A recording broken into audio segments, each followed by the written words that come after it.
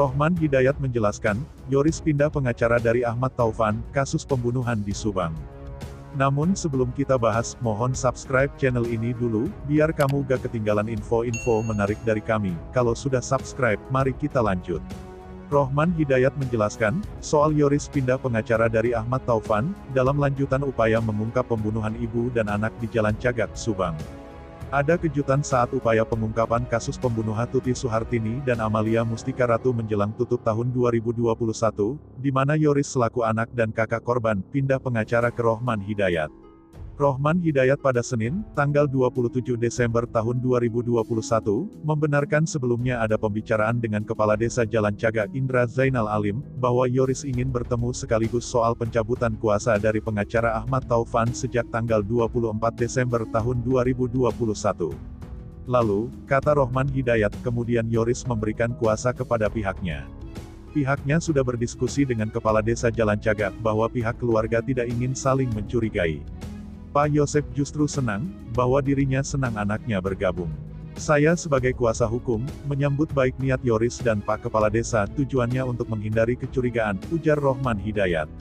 Gambaran ini muncul pada YouTube Misteri Mbak Suci, kasus Subang terupdate, akhirnya terkuak alasan Yoris ganti pengacara, diunggah Senin, tanggal 27 Desember tahun 2021 malam.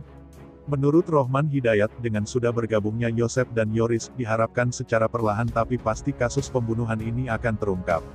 Dikatakan, bahwa sebagai ayah dan anak sudah saling berbicara, dan sebagai keluarga apapun yang terjadi jangan menjadi buruk. Soal pengungkapan kasus ini, menurut Rohman Hidayat tetap diserahkan kepada pihak kepolisian. Dan sekarang, katanya, dengan sudah bergabungnya Yosep dan Yoris, akan dapat menepis anggapan sebagian pihak bahwa terjadi kubu-kubuan dalam upaya pengungkapan kasus pembunuhan ibu dan anak di Subang ini. Kalau kemarin prosesnya cukup alot, ya wajar saja karena mungkin banyak orang memanfaatkan kejadian kemarin, kata Rohman Hidayat. Ditegaskan, bahwa Yosep dan Yoris adalah sama-sama korban dalam kasus pembunuhan Tuti Suhartini dan Amalia Mustika Ratu ini. Setelah ini, saya yakin, polisi segera mengungkap siapapun pelakunya, dan tersangka segera ditetapkan, ucap Rohman Hidayat. Namun, katanya, seberapa banyak orang yang nantinya dijadikan tersangka, pastikan dahulu siapa yang paling bertanggung jawab. Dengan sudah pindahnya Yoris ke pengacara Rohman Hidayat ini membuat Ahmad Taufan tinggal mengurus mendampingi Danu. Diketahui, bahwa Yoris dan Danu sebelumnya didampingi oleh pengacaranya, yaitu Ahmad Taufan. Ada pula ayahnya Yoris, yaitu Yosep, yang didampingi pengacaranya Rohman Hidayat. Pada tanggal 25 Desember tahun 2021, Kepala Desa Jalan Cagak Indra Zainal mengatakan, berencana mempertemukan Yosep dan Yoris, sebagai upaya mempermudah pengungkapan kasus pembunuhan di Jalan Cagak Subang. Indra Zainal berharap agar Yoris dan Yosep menjadi kompak, sehingga memudahkan kasus pembunuhan terhadap ibu dan anak itu segera terungkap. Indra Zainal yang berbincang-bincang dengan Rohman Hidayat, selaku kuasa hukum dari Yosep, seputar urusan penegakan hukum, khususnya terkait kasus pembunuhan ibu dan anak di Jalan Cagak, Subang. Yosep adalah suami dari Tuti Suhartini, dan ayah dari Amalia Mustika Ratu dan Yoris. Saat ini, Yosep dan Yoris berstatus sebagai saksi dalam kasus pembunuhan itu, di mana keduanya memperoleh pendampingan hukum dari pengacara yang berbeda.